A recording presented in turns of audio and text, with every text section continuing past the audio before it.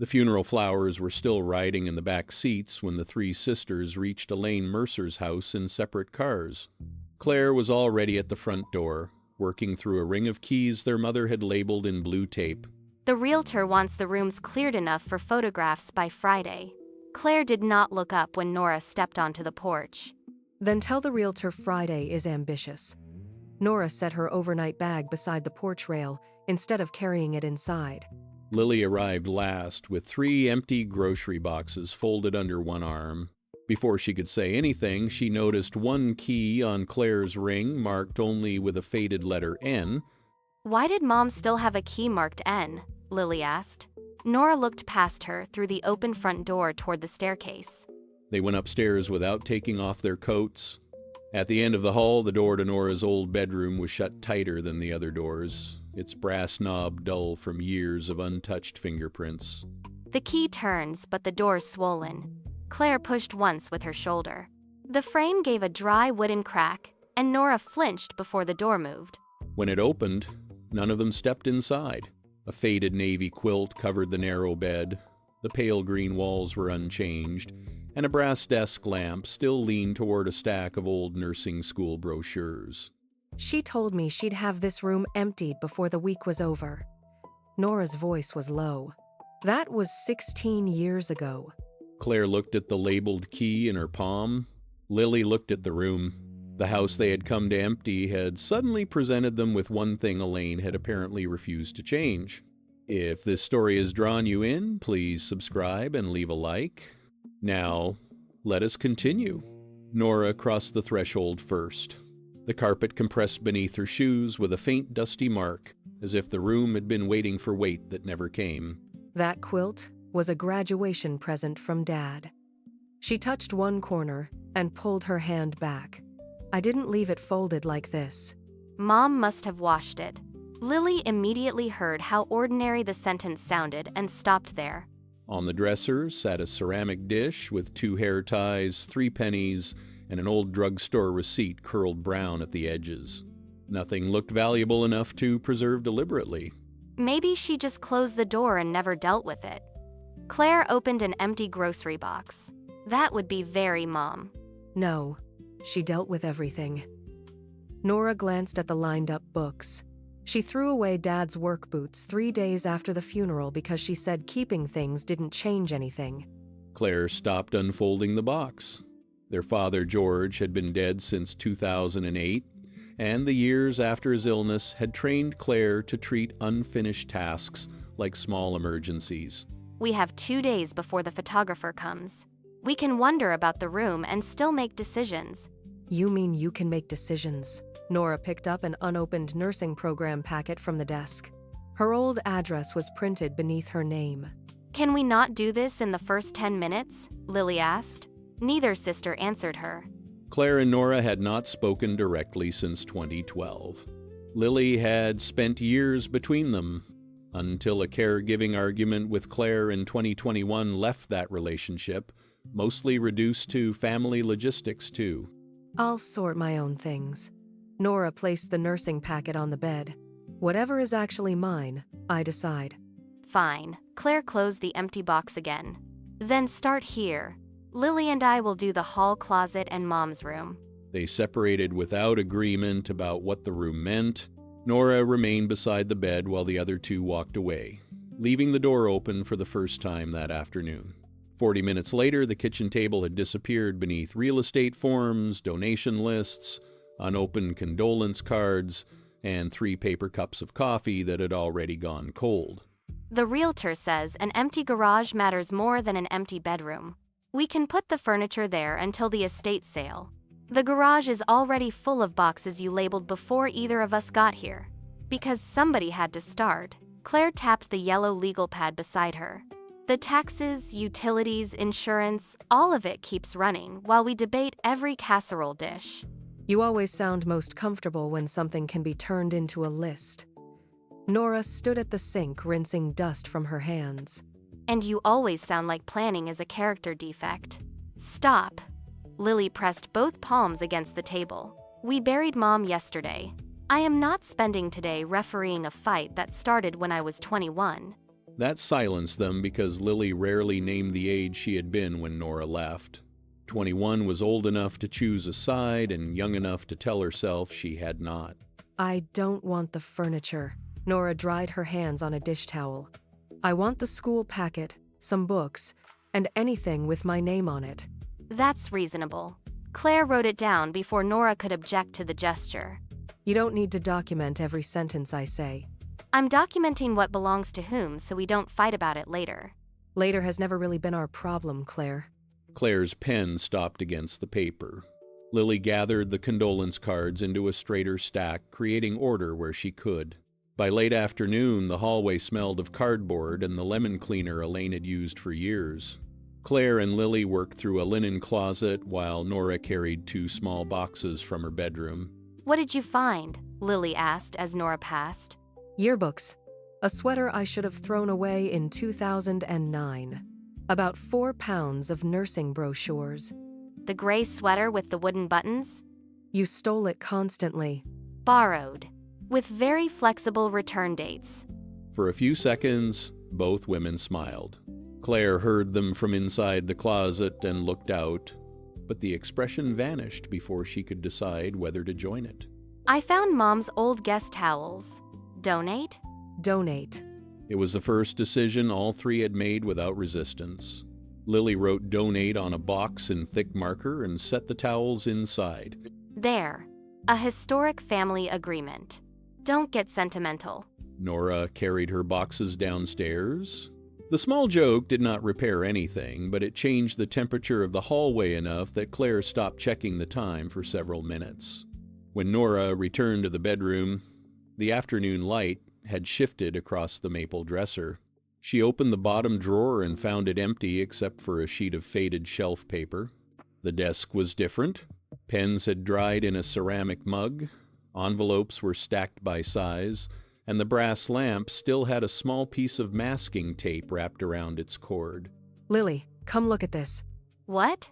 Lily appeared in the doorway with a roll of packing tape around her wrist. Mom put new batteries in that lamp at some point.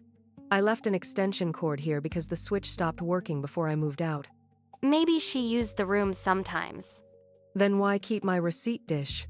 Why leave those brochures exactly where I had them? Lily had no answer. She looked toward the open doorway, checking whether Claire was close enough to hear. She told me I was making my choice. She said if I walked out, I shouldn't expect this place to stay mine. I remember yelling. I don't remember everything she said. I do.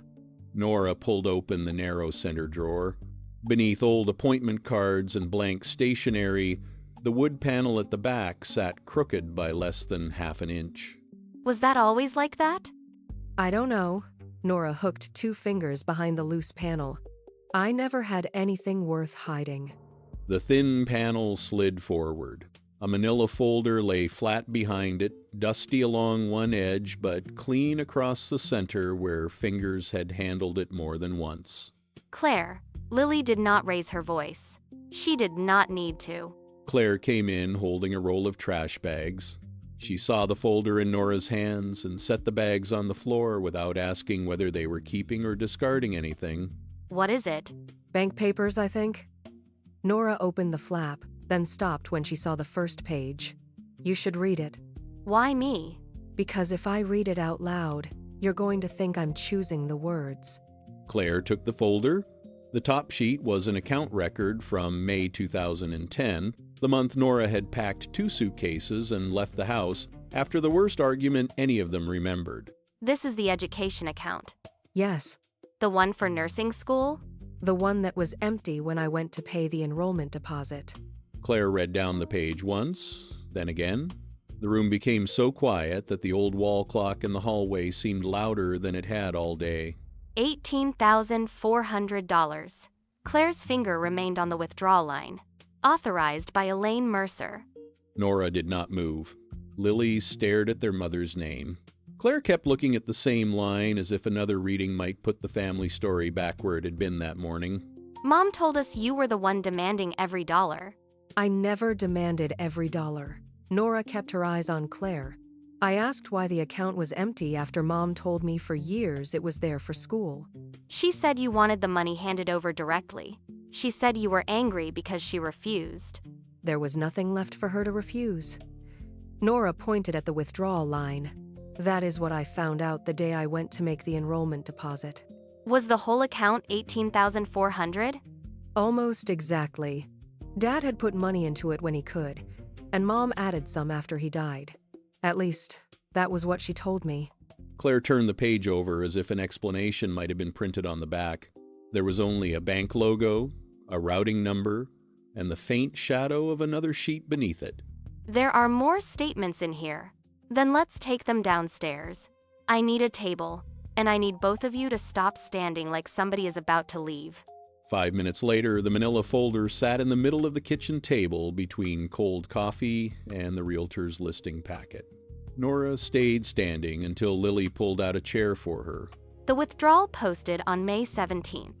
Claire arranged the statements by date. Were you still living here then? Yes. I left 3 days later. I thought you left because Mom told you she wouldn't give you cash. I left because she would not tell me where the money went. Every time I asked, she changed the question into whether I respected her. I remember her saying you embarrassed her at the bank. I cried in the parking lot. If that embarrassed her, fine. Lily lowered her eyes to the statement. Claire slid the realtor's packet aside, making more room for the older papers. I was here that week. I should remember something about $18,000 moving. You were working 60 hours and coming over after dinner to help Mom with bills. You remember what she needed you to remember. Do not tell me I was stupid. I said you believed her. Those are not the same thing. What did Mom actually say to you, Claire? Not what you think happened. What words did she use? She said Nora wanted control of the account. She said Nora was furious because she would not release it without knowing exactly how it would be spent. That is almost clever. Nora gave a short breath with no humor in it. She never said there was still money in the account, did she?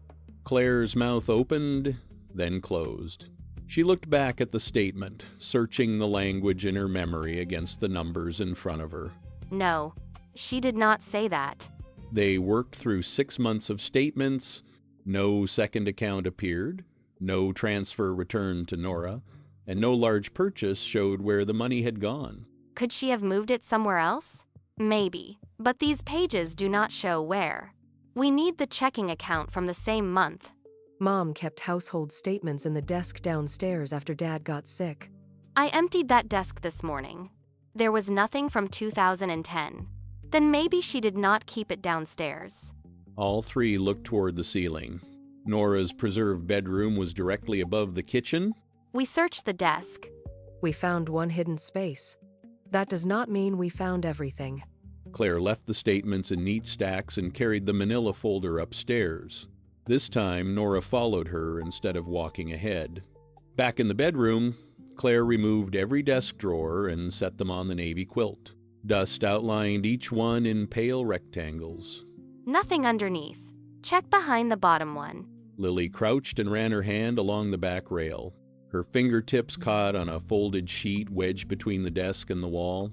There's something back here. She pulled out a yellowed notice, folded into thirds. Across the top was the mortgage servicer's name and a bold line stating that reinstatement funds had been received. What date? May 20th, 2010. Lily looked at Claire. 3 days after the withdrawal. Reinstatement funds for what? The mortgage. Claire took the page from Lily. It says the overdue balance was satisfied and foreclosure action would not proceed. Nora sat on the edge of the bed. The nursing packet shifted beside her, its unopened flap rubbing softly against the quilt. She used it on the house. It looks like at least most of it went there. Dad's hospital bills had put them behind. I knew things were bad, but I did not know they were this close. I was still living here. How did I not know we could lose the house? Because Mom did not tell you. She barely told me anything until a bill was already late. So that makes taking it okay? No, Claire answered before Nora finished looking at her. I said I understand what the emergency was. I did not say she had the right to lie to you. Nora's shoulders lowered slightly. It was not forgiveness, but it was the first time that afternoon Claire had separated Elaine's desperation from Elaine's decision. If she had told me the truth, I might still have been furious. I might have left anyway. But at least I would have known what I was leaving over. And we would have known too. They carried the mortgage notice back downstairs with the bank papers. Claire placed the two documents side by side, aligning the dates until the 3-day gap between them looked almost accusatory. May 17th, withdrawal. May 20th, mortgage reinstated. She rubbed her thumb across the edge of the notice. Mom knew exactly why Nora was angry. Yes. And she let me think you were trying to take money away from her when she was struggling. You did more than think it. I know.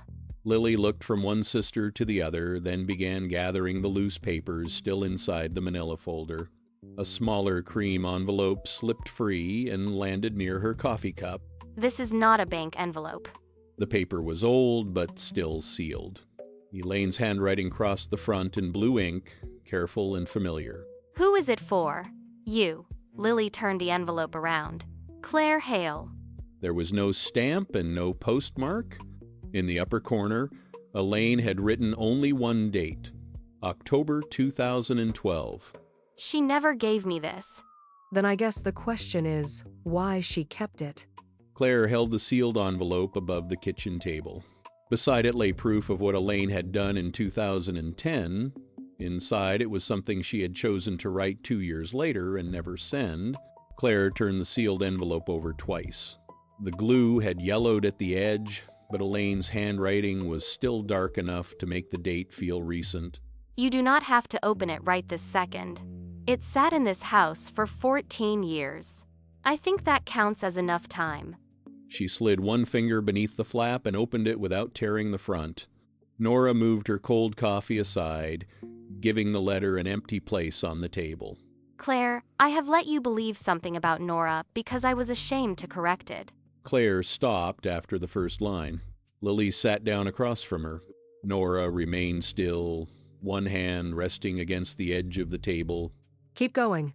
I used the school money when I could not bring the mortgage current any other way. Nora asked me where it went, and I did not tell her the truth. The next lines were written more tightly, as though Elaine had been trying to fit a confession into less space. When you said Nora was selfish and irresponsible, I should have stopped you. Instead, I let you think you had understood what happened. She actually wrote that? Yes. Claire read the paragraph again silently. For years, she had remembered herself as the daughter who stepped in when Elaine could not cope. The letter showed a moment when stepping in had also made it easier not to ask another question. Does she say why she never told me? She says she thought admitting it would mean admitting she had used your future to save the house. That is exactly what she did. I know. This time, Claire did not add anything after the words. No explanation about hospital bills, no reminder that Elaine had been frightened, no sentence beginning with what their mother must have meant. Claire finished the letter in the dining room because the kitchen had begun to feel too small. Lily carried the bank folder, and Nora brought the old nursing packet without seeming to notice she had picked it up. The last part is about me. What does it say? She says she should have corrected me before I became certain Nora had abandoned us over money. You were certain. Yes. You called me in 2012 and told me Mom was done apologizing for things she had not done. I remember. Do you remember telling me that if I wanted a family, I needed to stop punishing everyone for not giving me what I wanted? Yes. Lily began sorting the remaining papers because neither sister seemed able to look anywhere but at the other. Receipts, tax notices, appliance manuals, and old envelopes moved into separate piles beneath her hands. There is something printed here with your name on it, Claire. What kind of something? Lily unfolded a page from an old email account. The print date was October 2012, less than a week before Elaine had written the unsent letter. It is from you to Mom. Read it. You wrote that Mom should stop reaching out to Nora until Nora was ready to apologize. You said every call only gave Nora another chance to hurt her. Claire sat down slowly. The email was not a memory someone could argue about. It carried her old certainty in a font she had chosen herself. I thought I was protecting her. From me. Yes. And then she wrote you a letter admitting the truth and never sent it. Yes. The letter changed what Elaine had done. The email changed what came after. One explained how the false story began. The other showed how Claire had helped keep it in place without knowing the fact beneath it. Lily carried the printed email back upstairs to return it to the box where she had found it. Claire and Nora followed several minutes later, neither willing to leave the other alone with the evidence. I need to tell you both something before we find another piece of paper that tells it for me. What? This is not the first time I have seen Nora's room like this. What does that mean? I came home for a long weekend in 2019. Mom asked me to get extra blankets from the hall closet. Your door was open. You saw all of this 7 years ago?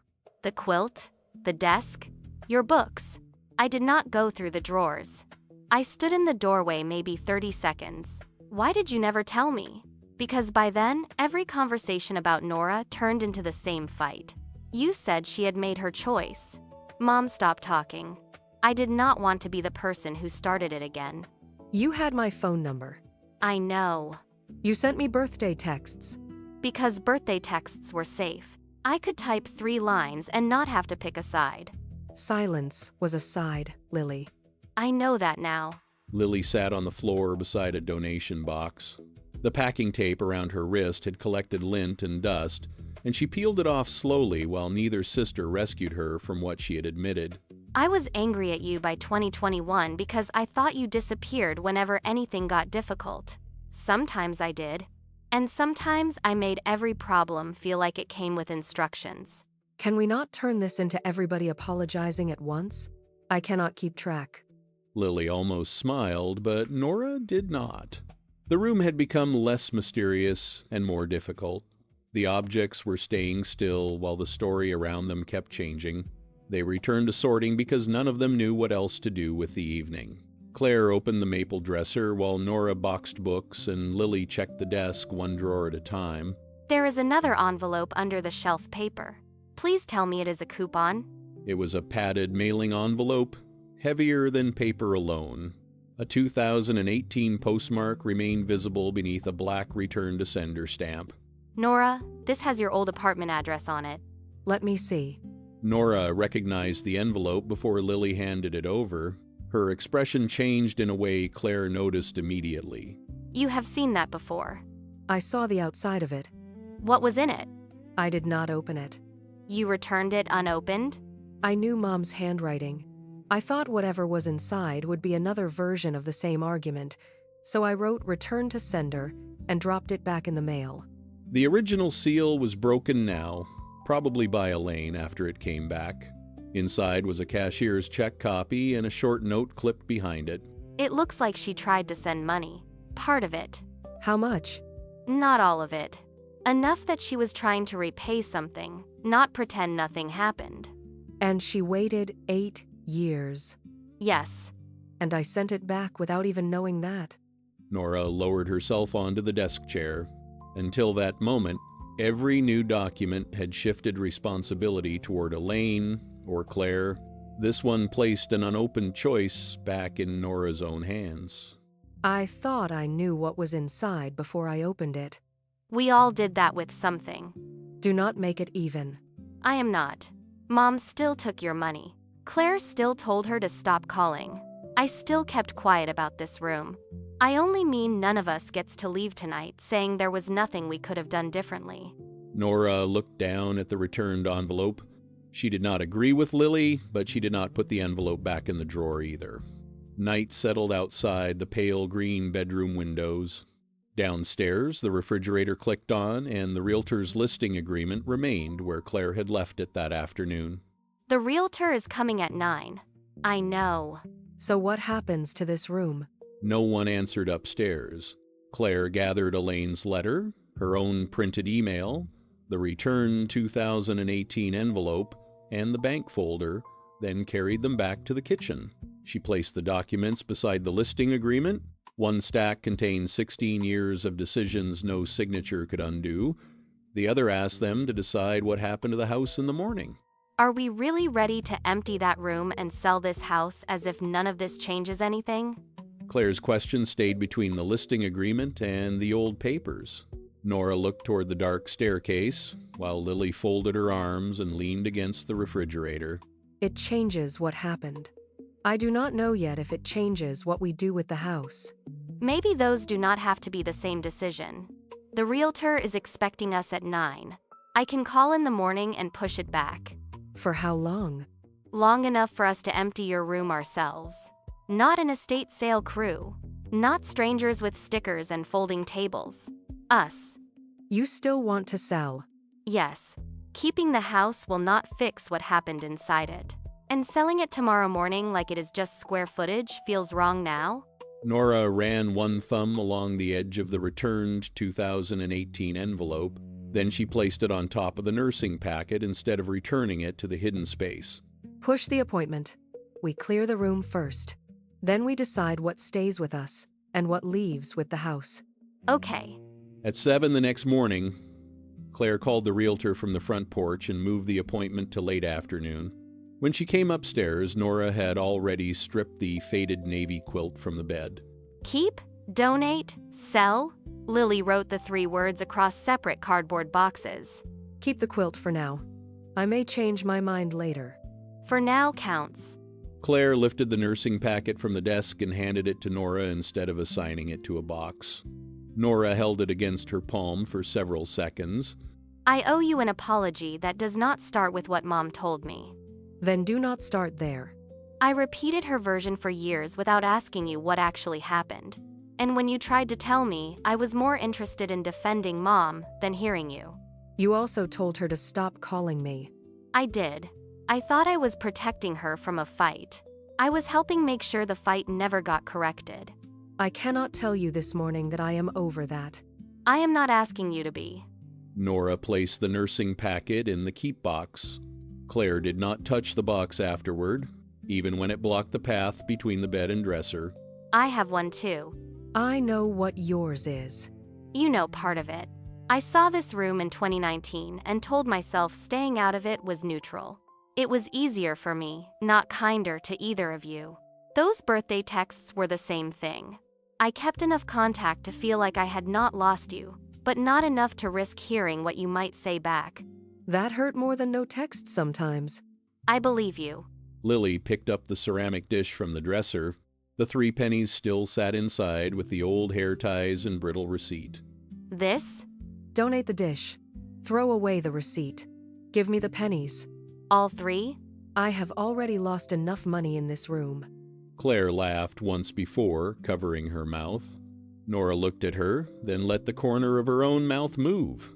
The sound lasted only a few seconds, but nobody apologized for it. Near noon, the bed was bare and the bookshelves were half empty. The manila folder, Elaine's letter, Claire's email, and the returned 2018 envelope rested together in Nora's keep box. We should talk about the $18,400 before we sign anything. What about it? If you think Lily and I owe you something from the sale because the money kept this house from being lost, say it now. I mean that. I mean it too. I am not asking you to pay me back for something Mom did. You would have a reason to ask. The reason I left was not only the number. It was being told the number did not mean what I knew it meant. A check from you two does not give me those years back. What about Mom's 2018 check? I am keeping the envelope. I do not know what I think about the attempt yet. You do not have to decide what it means today. And I am not deciding today that I forgive her either. Nobody is asking you to. They returned to work. The maple dresser went on the sell list, the desk joined it, and the brass lamp went into Nora's box after she changed her mind twice. I do not even like this lamp. Then why keep it? Because I want the option of throwing it away myself later. That seems fair. By 3, only the bed frame, dresser, and desk remained. The walls looked larger without the shelves and photographs, and pale rectangles marked the places where objects had blocked 16 years of sunlight. It already looks like somebody else's room. Maybe that is okay. The realtor arrived late that afternoon and found 3 sisters carrying the last boxes downstairs. Claire asked for one more hour before any photographs were taken. They signed the listing papers together at the kitchen table. Nora read every page, Claire waited without rushing her, and Lily collected their empty coffee cups instead of trying to fill the silence. I am signing because I want to sell, not because I want to pretend this house means nothing. I understand. Over the next several weeks, the house was photographed, shown, and eventually placed under contract. The sisters handled decisions mostly by group text, a form of communication that had once carried only logistics. The messages stayed practical at first. Claire sent inspection notes. Nora answered questions about old repairs. Lily volunteered to meet the donation truck when the remaining furniture left. Then, without announcing a change, Lily sent a photograph of the 3 pennies Nora had forgotten on the kitchen counter. Nora replied that Lily could charge interest for storage. Claire added a single laughing response. Nobody called it reconciliation. Nobody needed to name every small improvement while it was happening. On the morning of the final walkthrough, they arrived in 3 cars again. This time, there were no funeral flowers, no grocery boxes, and no reason to pretend the visit was temporary. Last chance to steal the guest towels back from donation. They were never worth this much discussion. Nothing in this house was. They checked the kitchen, garage, bathrooms, and empty closets. Claire carried the key ring, but she no longer walked several steps ahead of the others. Nora's old bedroom was last. The navy quilt was gone, the maple dresser had been removed, and the desk that hid the first bank folder had already been sold. A pale rectangle remained on the green wall where the dresser had stood. It was the clearest mark the room had left behind, a patch of older paint protected by something no longer there. Do you want a picture? No. Nora crossed to the window. It resisted at first, then lifted with a scrape of painted wood, letting warm air move through the room. You want it left open? For 5 minutes. So they stood there for 5 minutes without sorting anything, explaining anything, or deciding what Elaine should have done differently. The empty room needed nothing from them. Downstairs, Claire removed the faded end key from the ring before handing the remaining keys over for closing. She offered it to Nora. You keep it. Why me? Because I kept the lamp. We should not both make bad decisions. Claire closed her fingers around the little key. Lily shook her head, smiling, and opened the front door for them. They stepped onto the porch together. Claire returned the house keys. The lock clicked behind them, and for the first time, none of the 3 had a reason to go back inside. There is a coffee place off the highway. Do either of you have 20 minutes before you leave? I do. 20 minutes. No one promised weekly calls.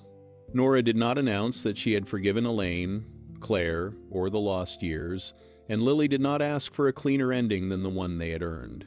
They drove away in separate cars and turned toward the same coffee shop. The unchanged bedroom was not proof that Elaine's silence had been harmless because she missed Nora. The room shows something more uncomfortable. She preserved Nora's quilt, school packet, and lamp, while avoiding the one conversation that might have changed what those objects meant to her daughters. The sisters also leave with different costs, not equal blame. Elaine took Nora's money and hid the truth. Claire helped protect the false version. Lily protected herself through silence, and Nora later returned an unopened chance to learn something new. Emptying the room together matters because none of them asked the others to erase those differences before they can act differently in the present. Selling the house does not restore the nursing program, return 16 years, or turn coffee into a full reconciliation. What changes is smaller and more concrete. Claire stops deciding for everyone. Lily risks making an invitation, and Nora accepts 20 minutes without pretending the past is settled. After a family spent years waiting for someone else to move first, that is where the story ends.